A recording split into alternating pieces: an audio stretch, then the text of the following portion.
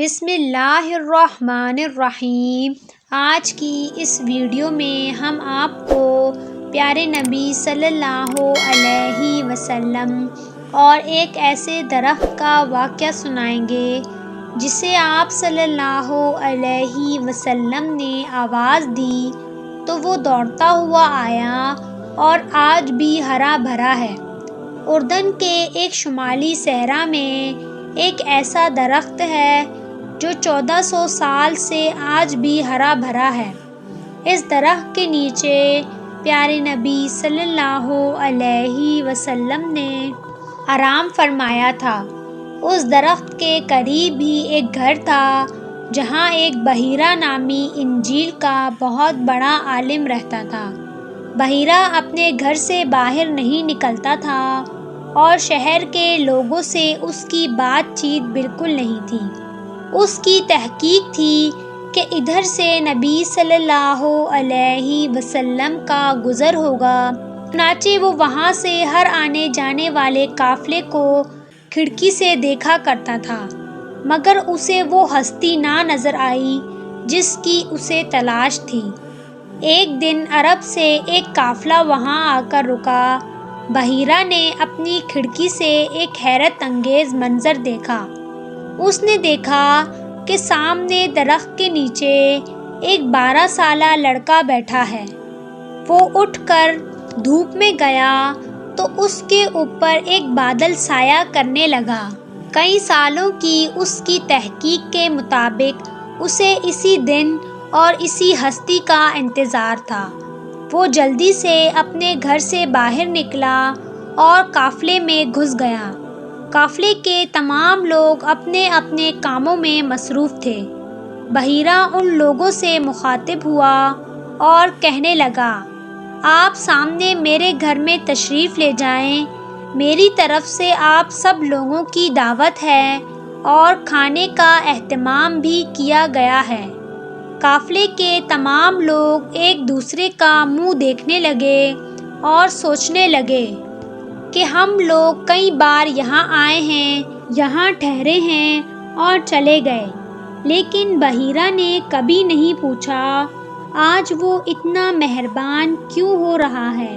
بہرحال تمام لوگوں نے اس کی دعوت قبول کی اور بحیرہ کے گھر کی طرف روانہ ہوئے۔ بحیرہ نے سب سے کہا، آج میں چاہتا ہوں کہ سب لوگ میرے ساتھ کھانا کھائیں، تم سب میں سے کوئی بھی رہ نہ جائے۔ قافلے والوں نے کہا، ہم سب تو آ گئے ہیں، ہاں ایک چھوٹا لڑکا بھی ہمارے ساتھ تھا جسے ہم وہیں درخت کے نیچے چھوڑ آئے ہیں۔ بحیرہ نے کہا، نہیں لڑکا ہے تو کیا ہوا، اس کو بھی بلاؤ، وہ بھی یہی ہمارے ساتھ کھانا کھائے گا۔ قافلے والوں نے پوچھا کہ بحیرہ کیا بات ہے، آج تم نے ہماری دعوت بھی کی ہے، اس سے پہلے تو کبھی نہیں کی۔ بحیرہ نے کہا، آپ لوگ مہمان ہیں، ہمارے پڑوس میں آ کر ٹھہرے ہیں، ہم پر آپ کا حق ہے۔ لوگوں نے کہا، ضرور کوئی بات ہے۔ بحیرہ نے ایک شخص کو آپ صلی اللہ علیہ وسلم کے پیچھے بھیجا تاکہ وہ آپ کو لے کر آئے۔ بحیرہ اور تمام مہمان بیٹھے آپ صلی اللہ علیہ وسلم کا انتظار کرنے لگے۔ جیسے ہی بحیرہ کی نظر آپ صلی اللہ علیہ وسلم کے مبارک چہرے پر پڑی تو اس کی نظریں آپ کے چہرے پر جم کر رہ گئیں۔ وہ پیارے نبی صلی اللہ علیہ وسلم کو دیکھتا رہا۔ سب نے کھانا کھایا اور ادھر ادھر چلے گئے۔ بحیرہ پیارے نبی صلی اللہ علیہ وسلم کے پاس آیا اور بولا، بیٹا تمہیں لات و عزیٰ کی قسم ہے، جو کچھ بھی پوچھوں مجھے سب کو سچ سچ بتا دینا۔ آپ صلی اللہ علیہ وسلم نے فرمایا، لات و عزیٰ کی قسم نہ دیجیے۔ بحیرہ نے کہا، اچھا خدا کی قسم، جو کچھ میں تم سے پوچھوں وہ مجھے بتا دینا۔ آپ صلی اللہ علیہ وسلم نے فرمایا، پوچھئے کیا پوچھنا ہے؟ بحیرہ نے آپ صلی اللہ علیہ وسلم سے انہی کے بارے میں مختلف سوالات کیے۔ پیارے نبی صلی اللہ علیہ وسلم اس کے ہر سوال کا جواب دیتے رہے۔ اتنے میں آپ کے چچا حضرت ابو طالب آپ کو لینے آ گئے۔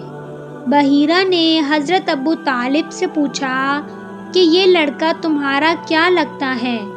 ابو طالب نے کہا، یہ میرا بیٹا ہے۔ بحیرہ کہنے لگا، یہ کیسے ہو سکتا ہے؟ میرے علم کے مطابق یہ تمہارا بیٹا نہیں ہو سکتا۔ اس لڑکے کا باپ زندہ ہو، یہ ہو ہی نہیں سکتا۔ حضرت ابو طالب نے کہا، یہ میرا بھتیجا ہے۔ یہ ماں کے پیٹ میں ہی تھا کہ اس کے والد کا انتقال ہو گیا۔ بحیرہ کہنے لگا، تم نے سچ کہا، تمہارا یہ بھتیجا ایک عظیم انسان ہوگا۔ اور آپ صلی اللہ علیہ وسلم کا ہاتھ پکڑ کر بلند آواز سے کہنے لگا، یہ سرکار دو عالم صلی اللہ علیہ وسلم ہیں، یہ رب العالمین کے رسول ہیں۔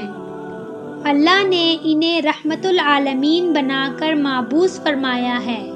اہل قافلہ بحیرہ کی یہ باتیں سن کر حیرت میں ڈوب گئے۔ قافلے میں سے ایک رئیس نے پوچھا کہ آپ کو یہ بات کیسے معلوم ہوئی؟ بحیرہ نے جواب دیا، جب آپ لوگ آ رہے تھے تو میں دیکھ رہا تھا کہ تمام درخت اور پتے ان کے سامنے سجدہ کر رہے ہیں، بادل ان پر سایہ کیے ہوئے تھا۔ اور جب قافلے والے اس درخت کے نیچے آئے تو پیارے نبی صلی اللہ علیہ وسلم اس جگہ تھے جہاں درخت کا سایہ ختم ہو رہا تھا۔ اس درخت نے فوراً جھک کر آپ پر سایہ کیا۔ یہ خصوصیات صرف انبیاء کرام کو حاصل ہوتی ہیں۔ اس کے علاوہ میں انہیں مہر نبوت سے بھی پہچان سکتا ہوں۔ بحیرہ نے حضرت ابو طالب سے کہا، تم اپنے بھتیجے کو واپس لے جاؤ۔ خدا کی قسم، جس حد تک میں نے انہیں پہچان لیا ہے، اگر رومی یعنی یہودی اسے دیکھیں گے تو علامات نبوت سے پہچان کر ان کے جان کے دشمن ہو جائیں گے۔ حضرت ابو طالب پیارے نبی صلی اللہ علیہ وسلم کو قافلے کے ہمراہ لے کر مکہ مکرمہ واپس آ گئے۔ سبحان اللہ۔ حضرت عبداللہ بن عمر رضی اللہ تعالی عنہ بیان کرتے ہیں کہ ہم لوگ رسول اللہ صلی اللہ علیہ وسلم کے ساتھ ایک سفر میں تھے۔